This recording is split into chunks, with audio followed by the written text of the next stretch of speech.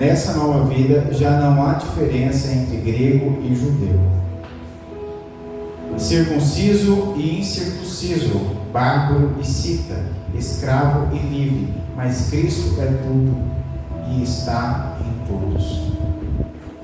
Irmãos, nessa nova vida, que é essa nova vida,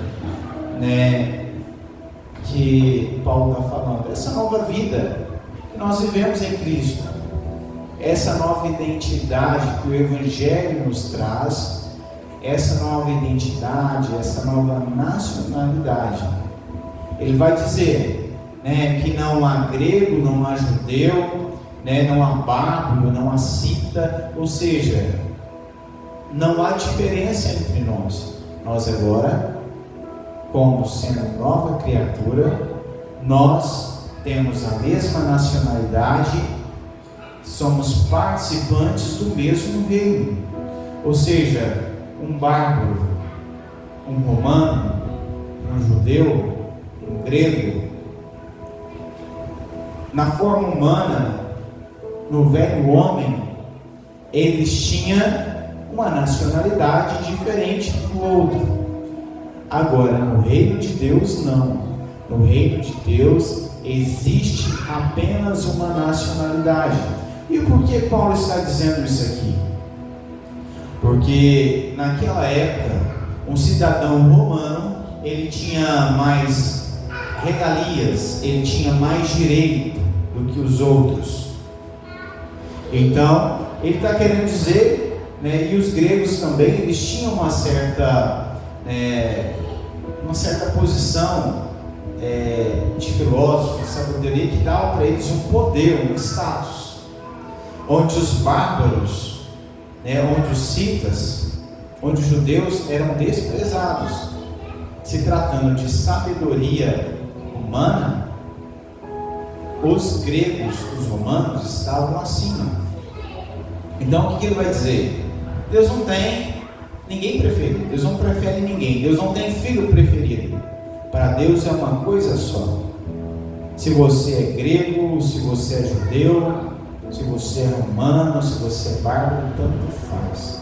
No reino de Deus nós temos o mesmo valor, porque nós fomos comprados com o mesmo sangue. Deus não tem filho predileto. Às vezes a gente pode até se equivocar, porque às vezes a gente vê Deus agindo mais na vida do outro, mas a palavra de Deus, que pede para nós não fazer acepção de pessoas, em Tiago, se Deus nos pede para não fazermos, Ele não fará. Deus não faz acepção de pessoas. Mas uma coisa é fato, o que a palavra de Deus diz: chegai-vos a Deus e Ele se chegará a vós. A diferença é que tem filhos que se achegam a Deus, tem pessoas que se achegam a Deus, então o favor de Deus com aquela pessoa é em maior medida, mas não porque Deus prefere aquela pessoa, não. O único fato em que faz com que Deus se afeiçoe mais uma pessoa, dê a ela o que não dê aos outros, é a questão da intimidade, é a questão da pessoa entender a graça de Deus, é a questão da prioridade que essa pessoa colocou Deus na vida dela. Então não é questão de um ser mais importante do que o outro. No reino de Deus tem pessoas que buscam mais a Deus e com isso elas vão usufruir de favor maior. Mas para Deus não há filho predileto. Versículo 12: portanto, como o povo escolhido de Deus, santo e amado, revestir-se de profunda compaixão, bondade, humildade, mansidão e paciência. Ou seja, você é escolhido, que a palavra de Deus diz o seguinte: muitos são chamados, mas poucos são os escolhidos. Por quê? Os que estão chamados são aqueles que ouvem o Evangelho, creem no Evangelho, mas eles não se curvam para viver a verdade do Evangelho. Os escolhidos não são escolhidos pelo fato de ser melhor do que o outro. Os escolhidos por Deus é porque Deus, na sua presciência, sabia que essas pessoas valorizariam o seu chamado. Elas teriam um compromisso com o Evangelho. Então elas foram escolhidas não porque elas tinham uma nacionalidade melhor, não porque tinham uma posição melhor ou inferior, não. Deus as escolheu porque na sua presciência Ele sabia, olha, esse vai valorizar o Evangelho, esse vai valorizar a mensagem da cruz. E o que Ele vai dizer a esses escolhidos? Porque a gente sabe, irmãos, que na igreja tem dois grupos de crente. Existem os chamados e existem os escolhidos. Infelizmente, o maior grupo são os chamados, aqueles que ouviram o Evangelho e vieram para a igreja. Mas junto com ele na igreja está o seu velho homem. Ele não abandonou as velhas práticas, ele não deixou o seu velho homem morrer. Esses são os chamados, que foram apenas chamados, mas que não se permitiram ser transformados pelo Evangelho. Mas depois temos uma pequena parcela da igreja, que são os escolhidos. Os escolhidos, eles se permitiram ser transformados pelo Evangelho. Eles vieram, ouviram o Evangelho, foram chamados e decidiram, após ser chamados, viver uma nova vida. Houve uma decisão, houve uma conversão, houve arrependimento, houve uma mudança de conduta, uma mudança de caráter. Esses são os escolhidos. E para esses é que Paulo vai dizer, esses que têm temor. Como os escolhidos andam? Revestidos de profunda compaixão, bondade, humildade, mansidão, paciência. Se você olhar para um escolhido, você vai ver todas essas características. Se essa pessoa às vezes não tiver, mas tem informação, você vê que tem pelo menos algo, que indique uma compaixão, uma bondade, uma humildade, ou está em processo. A pessoa era arrogante, passou a ser mais humilde. A pessoa era brava, era do estopim curto, passa a ser mais paciente, ser mais calmo. E é isso que Paulo vai dizer. Revistam. O que é revestir? É vestir de novo, é sempre estar em aperfeiçoamento, porque a nossa caminhada cristã, ela não depende do que a gente fez ontem, não depende da renúncia de ontem, sempre se trata da renúncia do agora, sempre se trata do temor de agora, do amor de agora, da renúncia de agora.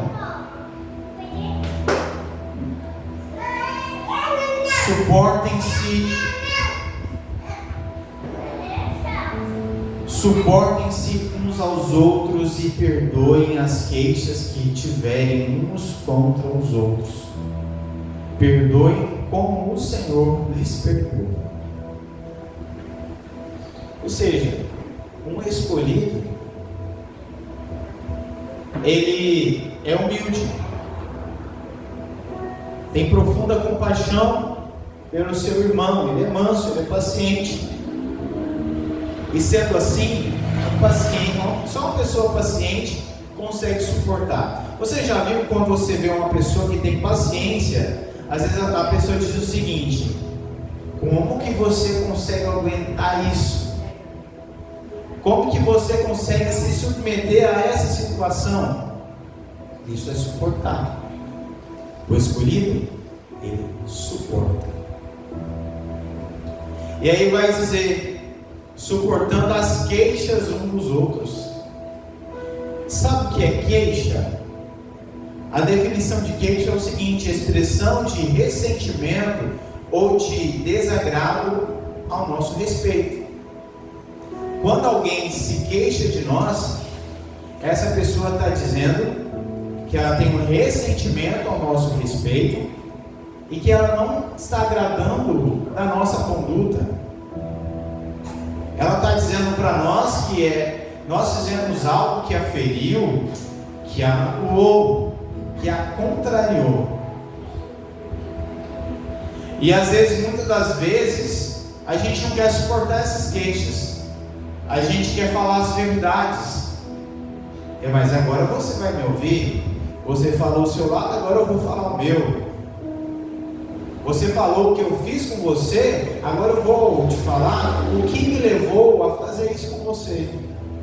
Isso não é suportar. Suportar é ouvir a queixa do meu irmão contra mim. Se for infundada, eu vou perdoá-lo pela acusação que ele está me fazendo, mesmo sendo injusta.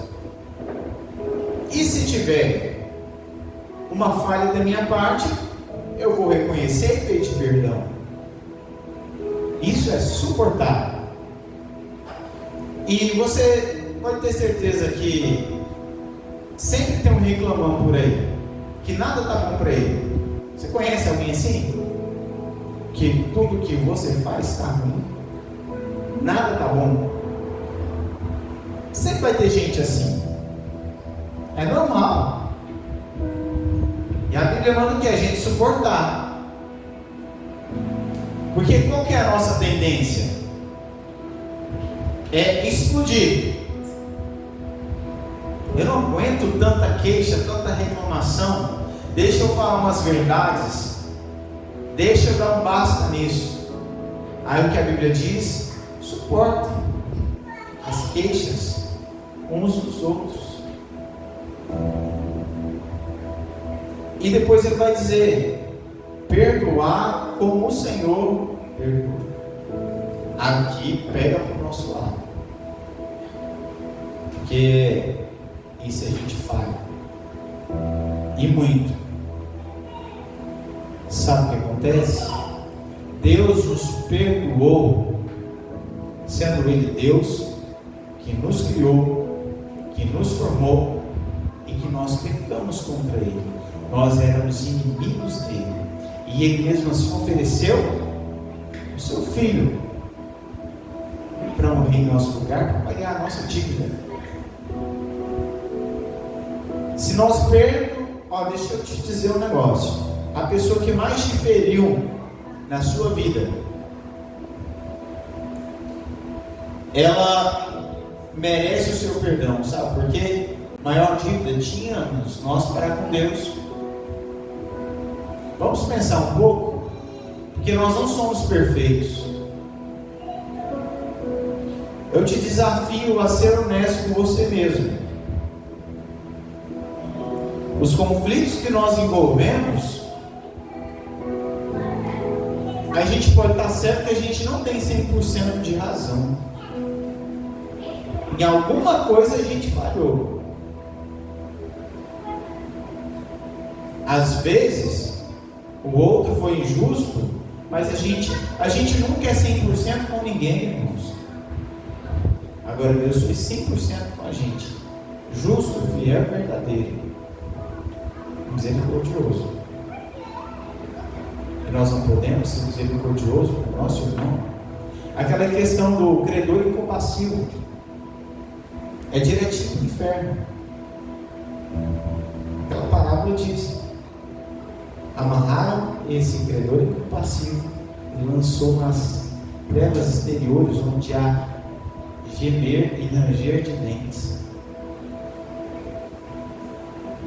É isso que espera as pessoas que não perdoam o seu próximo, porque maior é a nossa dívida para com Deus que a dívida do meu irmão contra mim.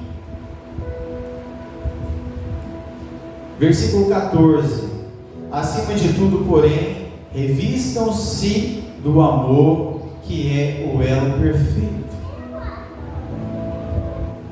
Revestir de amor. Primeiro ele fala para a gente revestir de profunda compaixão. Sabe o que é compaixão? É você se condoer pelo outro, é você entrar na realidade do outro, é você ter empatia pelo outro. Quem tem compaixão,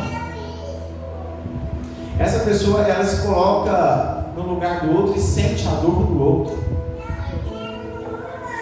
E quem sente a dor do outro consegue amar o outro, sabia? A gente só consegue amar as pessoas quando nós nos colocamos no lugar dela. Por isso que ele manda a gente revestir primeiro de profunda compaixão, para depois revestir do amor. Aí depois que ele diz, revista-se do amor, aí ele vai dizer, é o elo perfeito. Ou seja, sabe o que é elo? Que a Bíblia está dizendo aqui? Elo é a corrente, ela tem vários elos. Ele está falando do elos da corrente, dos elos da corrente. Um elo sozinho, ele suporta muita força, mas ele está sustentando com a força dos demais. E a resistência daquele elo faz com que, grandes coisas sejam levantadas, coisas pesadas sejam levantadas, sejam removidas do lugar. É aplicado força sobre aquele elo e ele não se quebra, porque o peso daquele elo não está só sobre ele, está dividido em vários elos. E assim é a nossa vida cristã. Na igreja é assim. Cada um vai dividindo a carga um com o outro. E esse elo vai fazendo com que a igreja tenha força para suportar grandes desafios, para vencer grandes turbulências que a igreja venha passar. E aí ele vai dizer aqui no versículo 15, que a paz de Cristo seja o juiz em seus corações, visto que vocês foram chamados a viver em paz, como membros de um só corpo, e sejam agradecidos. O que ele está dizendo aqui? Nós somos chamados, irmãos, para viver em paz. E aí ele vai dizer um negócio interessante: a paz de Cristo é o nosso juiz. Deixa eu te falar, crente não pede em paz. Quem é escolhido não pede em paz. O Espírito Santo não deixa a sua consciência tranquila. Uma pessoa que é escolhida, o chamado, ele consegue pecar e ficar tudo bem, porque ele está vivendo lá no seu velho homem. Agora o escolhido não. Quando ele falha com o seu irmão, ele não consegue ter paz. E essa paz de Cristo vai julgar o seu coração. Olha, você é culpado, você precisa pedir perdão, você precisa renunciar a isso, você precisa pedir perdão, você precisa abrir mão disso, você precisa consertar isso. A paz de Cristo é tudo o que um escolhido busca. Essa paz para ele é tão cara que ele submete às vezes a humilhação para ficar em paz com o seu irmão, porque se ele tiver paz com o seu irmão, ele vai estar em paz consigo mesmo, e tendo paz consigo mesmo, ele vai estar em paz com a sua consciência. E outra coisa que ele fala muito interessante aqui: como membros de um só corpo, sejam agradecidos. Isso é muito interessante, irmãos, porque ele vai falar do elo, do corpo. É como se esses elos se ligam de forma corrente. Assim somos nós. O Espírito Santo, irmãos, é o que funde esse elo um no outro, é que nos liga um ao outro. Ou seja, o elo é o que? É o amor. E é o amor um pelos outros que nos liga um ao outro. É a compaixão pelo outro que nos aproxima. É o amor aos nossos irmãos que nos une, que nos dá união e nos faz corpo de Cristo. Porque se você pegar um corpo e desmembrar esse corpo ele vai estar morto, ele não serve para nada. Então, se o amor é o elo para que a igreja avance, para que a igreja consiga atingir o que ela foi chamada para atingir, o que ela foi chamada para fazer, é necessário que haja amor entre seus membros, para que haja ligação. Por exemplo, uma mão desconectada do corpo nada pode fazer. Então, a junta, ela vai ligar a mão ao braço. A junta vai ligar o braço, ao ombro. E assim por diante. As juntas é responsável por ligar o corpo, um membro ao outro. E assim, tudo vai ficando interligado. Então, depois tem os nervos também, que interligam os músculos, as veias, sistema nervoso. O que isso nos diz? O amor é o que nos liga um ao outro. Por isso que nós precisamos amar um ao outro, porque se nós estivermos aqui e não tiver amor um para com os outros, nós estamos sendo uma comunidade, mas nós não estamos sendo o corpo de Cristo. Porque para ser corpo de Cristo precisa ter amor.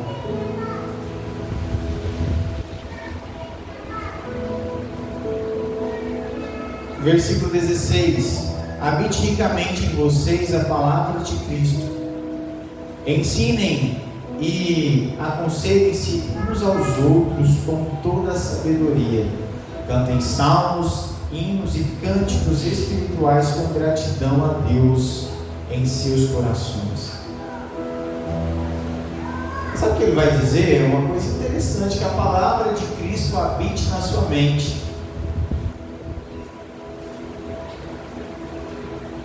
É tão interessante. O que é habitar? É permanecer. Quando você habita num lugar, vai no seu lugar. Quer te encontrar? Vai na sua casa. Ou seja, se alguém quer encontrar a palavra de Deus, vai te procurar, porque a sua mente está sempre ligada na palavra de Deus. O pastor Hernandes Dias Lopes, ele diz uma coisa que me marcou muito. Ele foi perguntado quantas vezes ele já leu a Bíblia. Ele respondeu o seguinte: eu não me lembro quantas vezes eu já li a Bíblia toda. Mas aí ele responde: porque eu não leio a Bíblia. Eu escolho um trecho da Bíblia e moro lá por alguns dias. Ou seja, o que ele quis dizer? Ele escolhe um trecho da Bíblia para meditar, para aprender, e ele vai remoer aquilo, ele vai pensar aquilo durante vários dias. Ele vai tentar aprender, ele vai tentar avaliar a sua vida, né? Passar um pente fino, ver se a sua vida está de acordo com aquele texto, e ele vai tentar crescer naquele texto. Então ele vai habitar naquele texto e vai morar naquele texto por alguns dias. E assim nós devemos fazer, porque assim nós vamos aprender a Bíblia. Tem gente que já leu a Bíblia não sei quantas vezes, mas pergunta uma verdade sólida do Evangelho para você ver se você consegue te responder. Não sei. Nós precisamos ler a Bíblia, mas nós precisamos de ler com sabedoria. Porque o que a religião nos pede? Ela nos pede atos para comprovar o que nós somos. Mas o Evangelho, ele na verdade vai nos pedir outra coisa. Ele vai pedir intenção. Ou seja, ler a Bíblia várias vezes não vai fazer de mim um cristão mais genuíno. Agora, meditar na palavra de Deus, sim, vai me confrontar. E aquela verdade estando sempre presente no meu coração, ela vai gerar frutos. Outra coisa interessante que ele diz aqui: ensine e aconselhe-se uns aos outros com toda a sabedoria. Ou seja, nós devemos ensinar aquela pessoa que está caminhando na fé. E às vezes a gente acha mais fácil julgar o comportamento, mas às vezes a gente não quer ensinar. Olha, não faça dessa forma, não é correto, faça assim. Olha, vamos orar, Deus vai te dar graça, você vai conseguir fazer de forma diferente, mas da forma que você está se conduzindo não é a forma correta. E se a gente for observar, irmãos, conselho às vezes é uma coisa meio espinhosa, mas eu já recebi conselhos de pessoas que não queriam o meu bem, e às vezes estavam usando o conselho para me atingir, mas eu também já recebi bons conselhos de pessoas que queriam o meu bem, e eu senti que aquele conselho não era para me diminuir, não era para me criticar, mas era para me avançar, era para me crescer. Se nós realmente amamos as pessoas, assim como a palavra de Deus nos diz, se nós nos revestimos de compaixão e de amor pelo nosso irmão,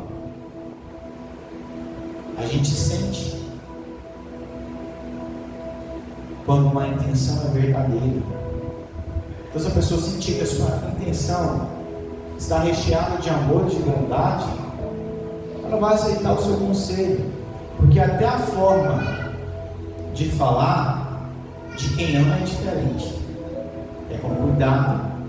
Tenha cuidado com as palavras para não ferir, para não machucar. Existe o jeito certo de aconselhar, a hora certa, a forma correta, usando bem as palavras.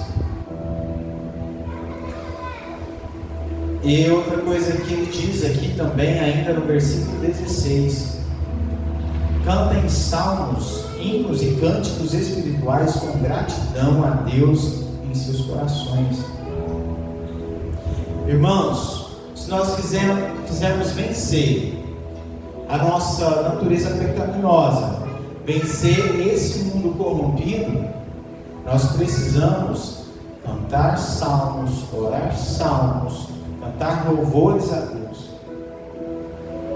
Você sabia que o livro dos Salmos eram canções que eram cantadas pelo povo de Deus? Você pode orar um salmo, você pode cantar um salmo. Às vezes você não vai ter aquela melodia da canção, mas você pode orar. Você pode adorar a Deus lendo um salmo. Mas não é só ler por ler, é ler, meditar no que você está lendo. E quando você medita, você fala com Deus. Quando nós cantamos, a nossa alma, ela se conecta. Já viu aquele ditado? Quem canta os seus males espanta. A nossa alma se alegra quando a gente canta. Você já começou a cantar aquele louvor abençoado, de repente você sente aquele calor na alma, você sente algo diferente, parece que Deus está do nosso lado. Mas nós não podemos deixar para adorar a Deus, para louvar a Deus apenas aqui na igreja. É uma vida diária de devoção a Deus, onde nós precisamos nos achegar a Deus. Versículo 17: tudo que fizerem, seja em palavra ou em ação, façam-no em nome do Senhor Jesus, dando por meio dele graças a Deus Pai. Tudo que nós fizermos, nós não estamos fazendo para nós estamos fazendo a Deus, ao seu reino. E nós devemos tomar cuidado, porque às vezes no começo da nossa caminhada a gente começa muito bem intencionado, mas às vezes com o passar do tempo, o nosso coração, que é enganoso, ele pode desviar as intenções. E às vezes aquilo que nós começamos a fazer há um tempo atrás, com o propósito de honrar a Deus, com o propósito de fazer com que o reino de Deus avance através da nossa vida, se disponibilizando como ferramenta, às vezes nós deixamos de ser usados por Deus para o seu reino, e nós começamos a usar o reino de Deus para obter as bênçãos de Deus. Nós devemos tomar cuidado. Tudo que nós fazemos é pela graça de Deus. Você canta bem, Deus te usa para cantar, para louvar, é para glória de Deus, pela graça de Deus na sua vida, que te deu esse dom, que te deu essa graça. Você prega bem, é pela graça de Deus. Você é bom nos seus negócios, você é bom naquilo que você faz, é porque Deus te deu talento, Deus te deu dons. Não é para você fazer e se autopromover, não é para você fazer e se orgulhar, é para você fazer e glorificar a Deus.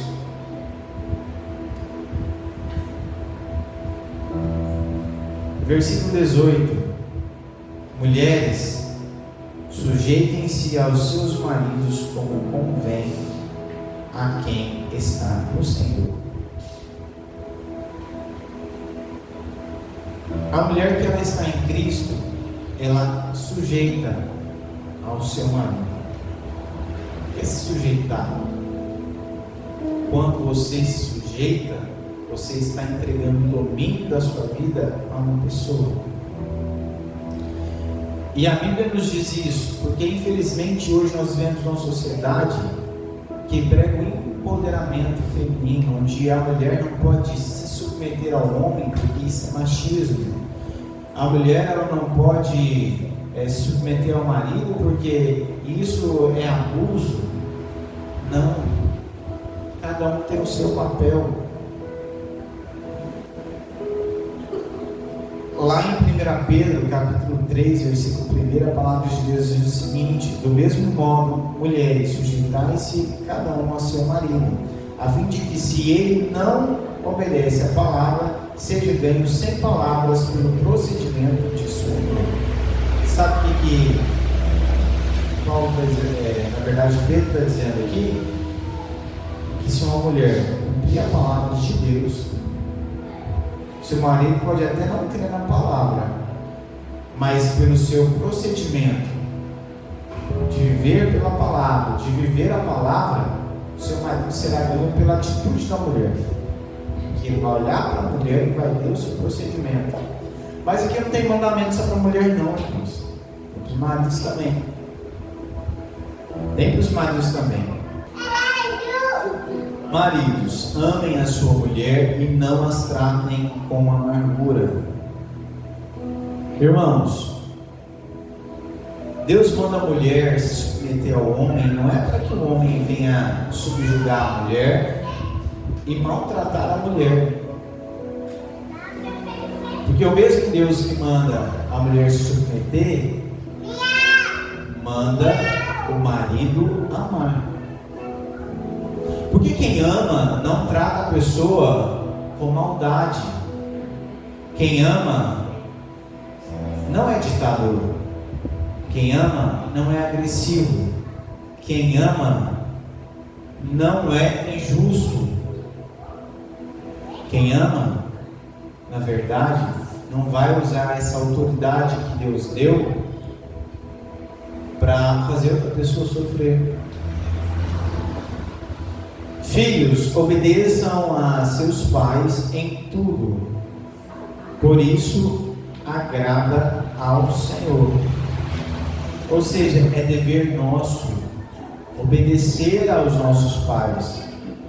E é um dos 10 mandamentos, que nós devemos honrar nossos pai e mãe. E é o único mandamento com promessa para que te vá bem e viva muitos anos.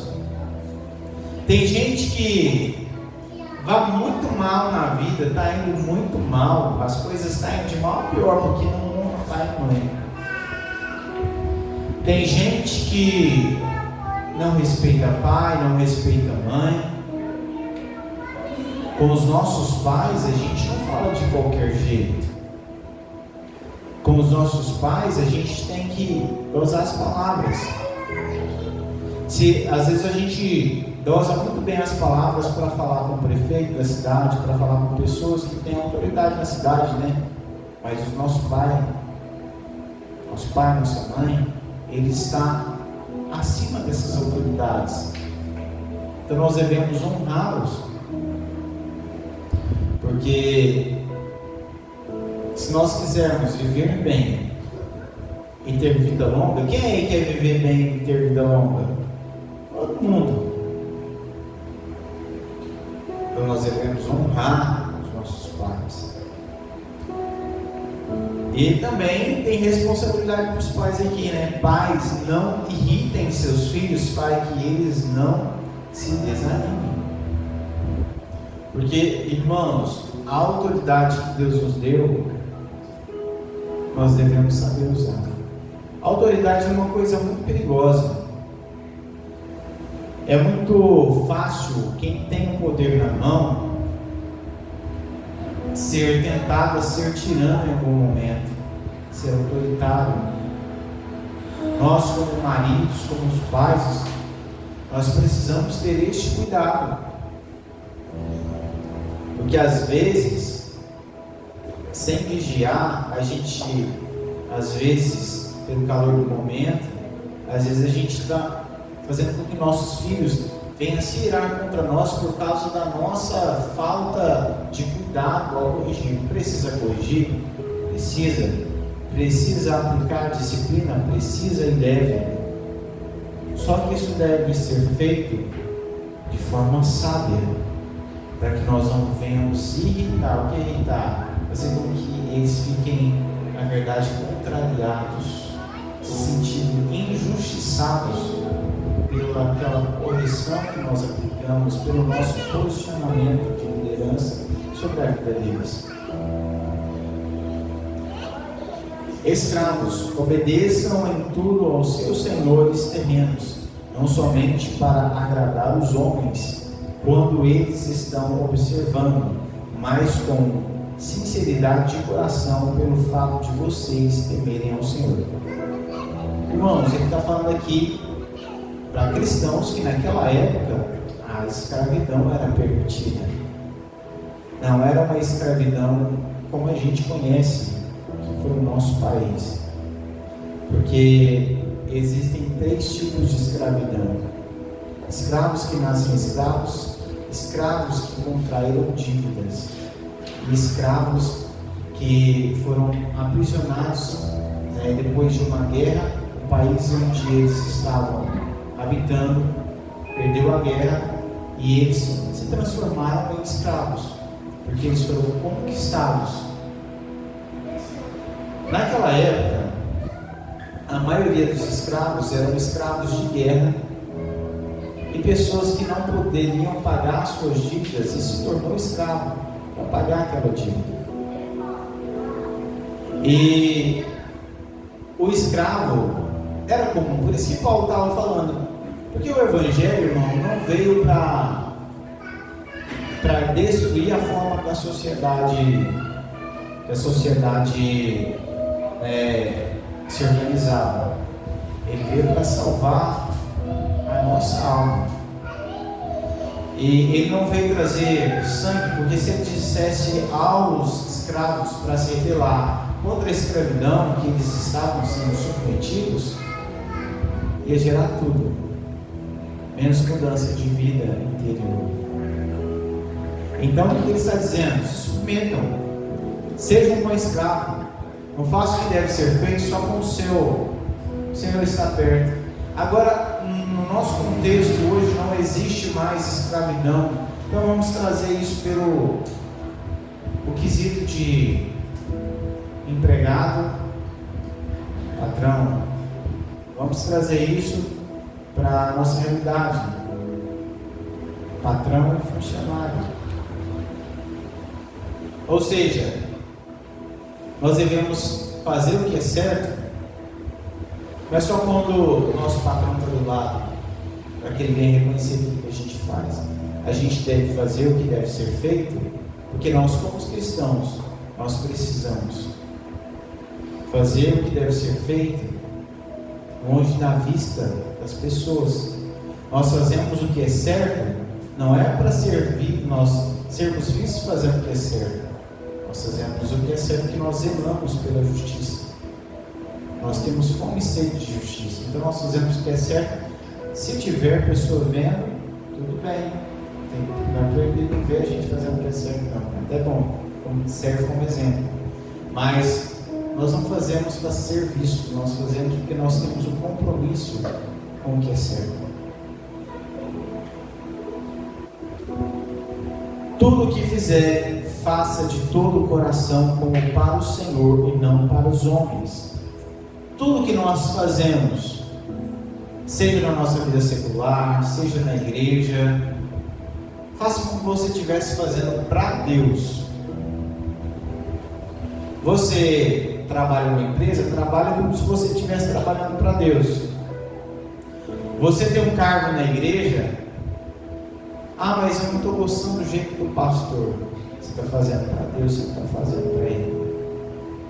Você não está fazendo para o pastor, você não está fazendo para o líder do departamento, está fazendo para Deus. Se as pessoas tivessem essa consciência, principalmente na obra de Deus, nós não teríamos tantos problemas, tanta coisa que fica por fazer, porque às vezes a pessoa está chateada com alguma coisa, que o líder dela, que é humano, acabou falhando em alguma coisa, que ela deixa de fazer o que é certo, porque ela está pensando no homem, ela está pensando em Deus. Por isso que ele está falando, olha, faça como você estivesse fazendo para Deus. Sabendo que receberão do Senhor a recompensa da herança, e a Cristo, sabendo que receberão do Senhor a recompensa da herança, e a Cristo o Senhor que vocês estão servindo. Ou seja, a recompensa da nossa herança nós vamos receber, mas não aqui. Nosso galardão, irmãos, é no céu. Às vezes Deus vai permitir, pela sua graça e misericórdia, a gente viver alguns galardões, alguns privilégios aqui, mas o nosso maior galardão está no céu.